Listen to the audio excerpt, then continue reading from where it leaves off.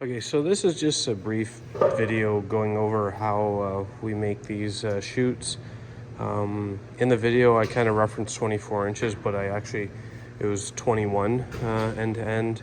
But these dimensions still stay the same. So essentially what we're gonna do is we grab our segments. So over 21 inches, you're 1, 2, 3, 4, 5, 6, 7. 7 divisions, and we find the total length that the wire is actually longer as it goes around this outside helix than the inside, and then we divide it by 7 sections, and 3 inches apart is kind of what I'd recommend. But you can see we have 7 segments. In the middle, it's 41 thou, 124 thou, 207 and 290 to bend it. So you can see how this one gets worse. So every segment, it adds up. And then you can see when it gets twisted, they pull straight. Now, if I was to do this again, I would have done my math right and actually had it at 24 inches. So I probably would have had one more here because this is fairly tight helix, but it'll work. So you bend these, fully weld this, and your best bet when you're mounting this is making sure they're square. So you can see this corner's touching and then the top corner's touching. So I just really do that, and then obviously vertically square too as well. And then yeah, you fully weld this, and then we bring it over and hand rotate it. Now you can 250 plus the 30 seconds. So again, it's nothing critical rocket science, but you're 280. So what we're gonna do is we're just gonna progressively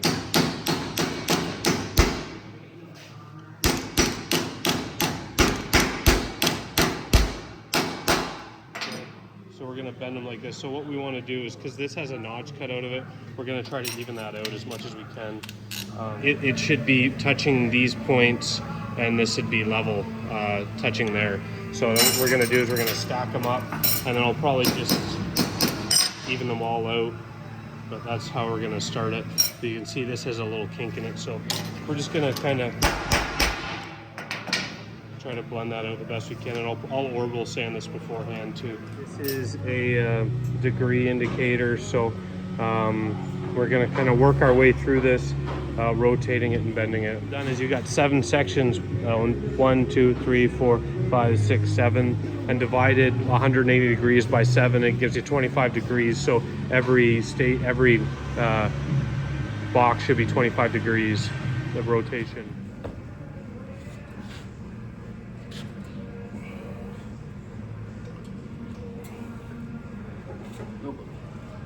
Yep.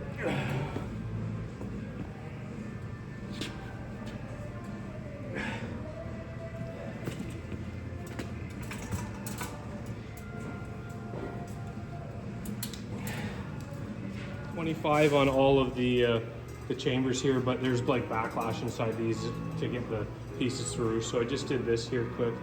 This is 36 degrees, and over 7 sections here, it'd be, would you say 5 degrees? 5.14. Yeah, a little bit more than 5 degrees more. We're gonna go. So we're gonna run it through again, and again, you want to kind of keep flipping this backwards and forwards too. But you can start seeing how these start out with a convex, and now they're getting straighter. Okay, so here we are. We're just kind of working through this, going 5 more degrees than what it's set at, and then we're just gonna try to we'll measure straightness across this and that. Again, the exact same pieces. Okay, it allows it to go through, and you can fine tweak that, but this is pretty much as tight of a helix as you're going to get in this method without it being So here those two are installed. Requires a lot of on-site fitting and manipulation, just bending it on hand slowly to get them run smoothly from the transfer conveyor to conveyor, machine to machine. Here's a few laid out on the table. Sometimes it's just as easy as bending it by hand, like I'm doing here, to try to get rough shapes, and then I add more segments in.